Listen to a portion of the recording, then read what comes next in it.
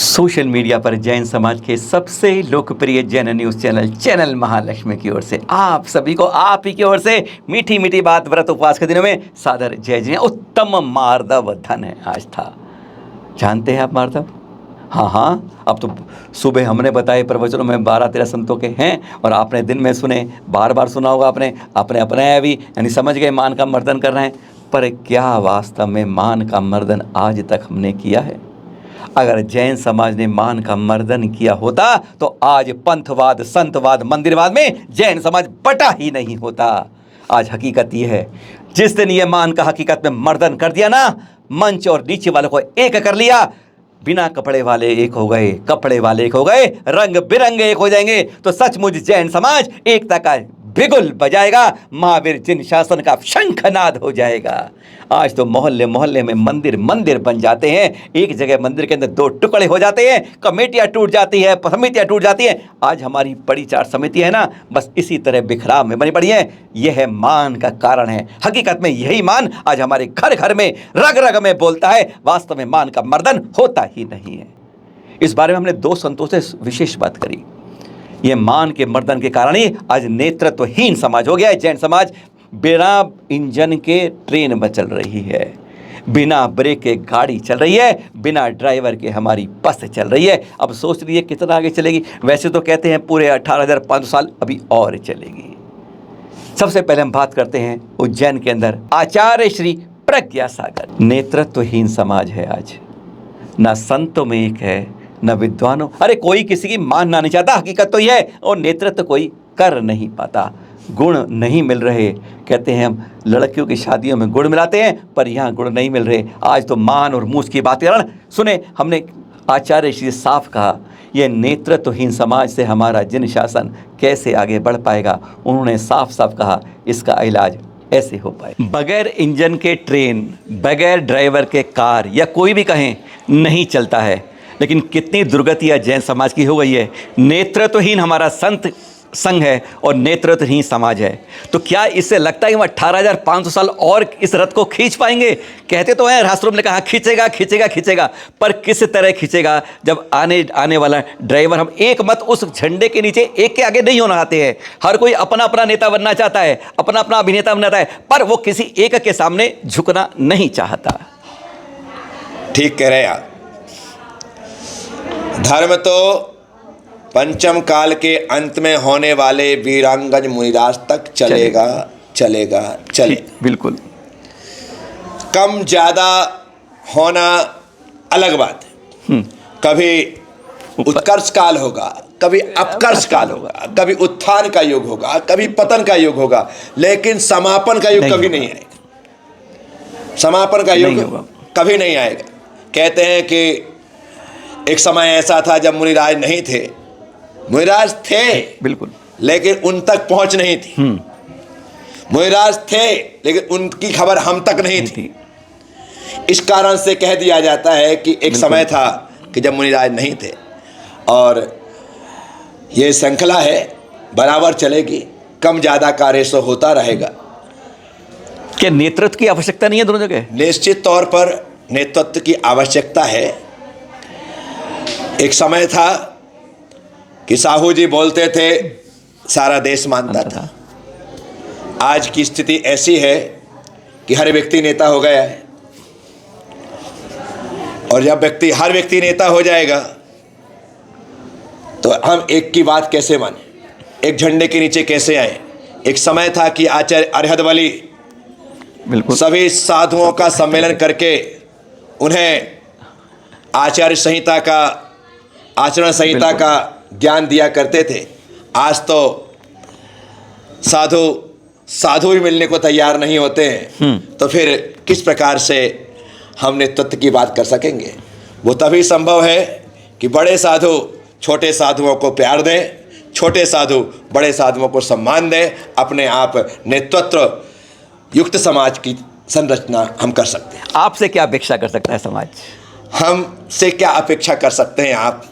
मैं निश्चित तौर पर अभी बहुत छोटा हूँ।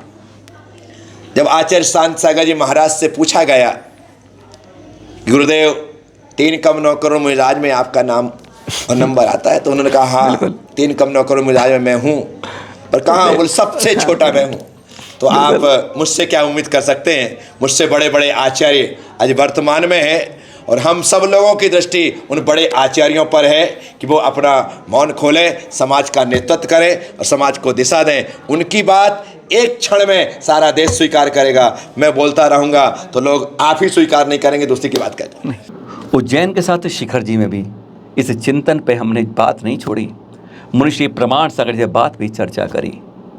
आचार्य श्री विद्यासागर जी आज सबके सर्वप्रिय हैं, हर के हृदय में विराजते हैं, हर संत उन्हें मानते भी होंगे, यह भी हकीकत है।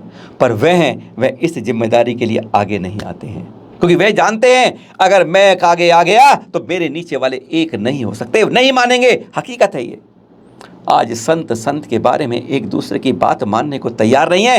अरे श्रावक की तो बात क्या कहने, जब तक संत नहीं कहता, आचार्य जी ने बताया ना, भी सुना था आपने, तब तक श्रावक एक नहीं होता। ना संतों में, ना विद्वानों में, ना श्रावकों में, यानी नीचे, बीच में और ऊपर, तीनों जगह हमें नेतृत्व की आवश्यकता है। बहुत नितांत होता। क्या कहा हमें मुनि श्री प्रमाण सागर ने, सुनते हैं। नेतृत्वहीन है महाराज जी जैन समाज, ऊपर के वर्ग में, बीच के वर्ग में और नीचे के वर्ग में। और नेतृत्वहीन कोई भी रथ चलेगा वो दिशाहीन होगा। ऐसा कहता हूं, पहले कई नाम थे, आज की तारीख में मैं नहीं कहता आपके शिष्य उसको आपको छोड़ दीजिए, हर कोई उनका शिष्य छोड़ दीजिए। आचार्य विद्यासागर जी के अलावा एक शख्स के अलावा एक ऐसा तपोर निधि हमारे पास है, उसके अलावा क्या कोई और नेतृत्व देने वाला है? वो नेतृत्व ऐसा है, वो हमेशा मौन रहता है, मुस्कुरा के बात को टाल देता है।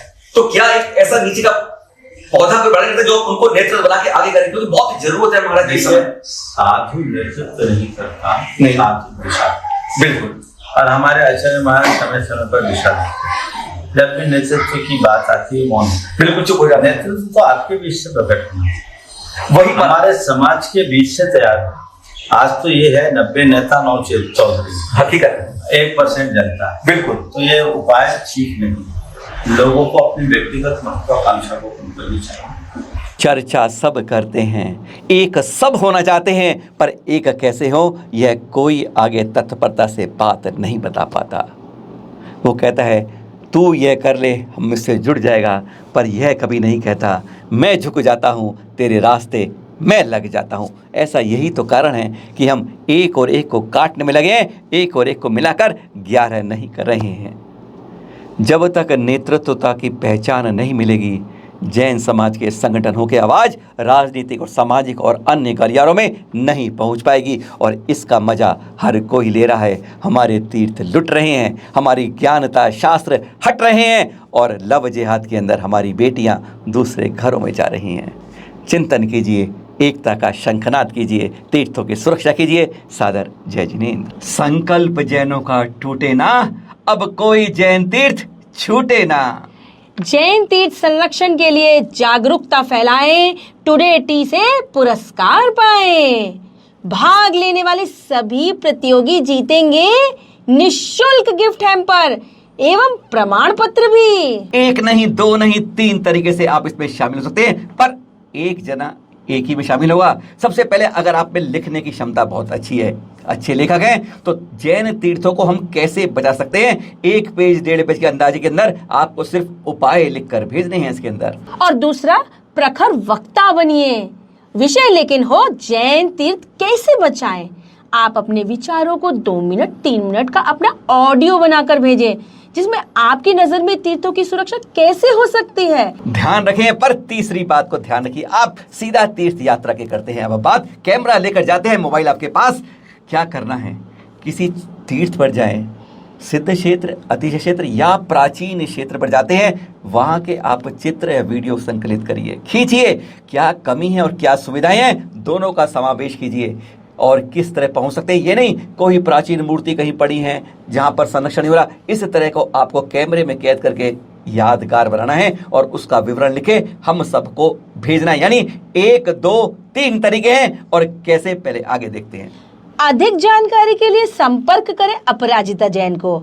व्हाट्सएप नंबर है 9717494975। ये तो नंबर हो गया व्हाट्सएप पर आपको भेजने के लिए, पर ध्यान रहे आप सबको इसके साथ कई नाम, पूरा पता, साथ में मोबाइल नंबर जरूर भेजना है। कई सज्जन नाम भेजना भूल जाते हैं, कभी कोई मोबाइल नंबर भेजना, पूरी चीजें भेजें। और इसके लिए सबसे सरल तरीका है जो ये देख रहे हैं आप, गूगल फॉर्म।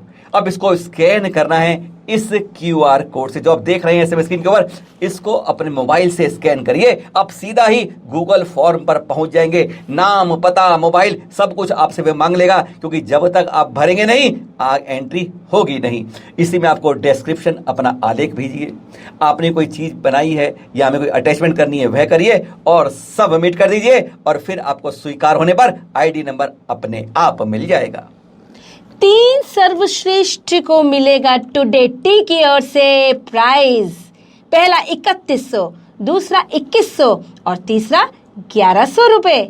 इसके साथ सभी प्रतियोगियों को मिलेगा प्रमाण पत्र। हर किसी को इनाम ही इनाम, घर बैठे, कोई खर्चा नहीं, सिर्फ मोबाइल से और या गूगल फॉर्म भर के आपको भेजना है। 3 तरीके फिर बता दें आपको, या तो आप अपना आलेख लिखकर भेजेंगे, गूगल फॉर्म पर क्लिक करेंगे QR कोड पर और उस पर भर कर भेज देंगे। पर एक बात ध्यान रहे कि आपकी प्रविष्टि एक ही बार मान्य होगी, दोबारा भरने पर कैंसिल हो जाएगी, इसलिए एक ही प्रविष्टि मान्य है। जी हाँ, इस नंबर पर या इस गूगल फॉर्म पर कभी और कुछ नहीं लिखें, केवल आवश्यक तो यार एक बार भेजिए। दूसरी प्रतियोगिता है ऑडियो के रूप में आपकी स्पीच, और तीसरी है आपका मोबाइल, आपका कैमरा जो जाएगा तीर्थों पर, अति क्षेत्रों पर खींच के लाएगा, पूरी जनता को बताएगा, और जो इसमें अच्छे होंगे वह हम चैनल महालक्ष्मी पर दिखाएंगे भी पूरे जैन समाज को।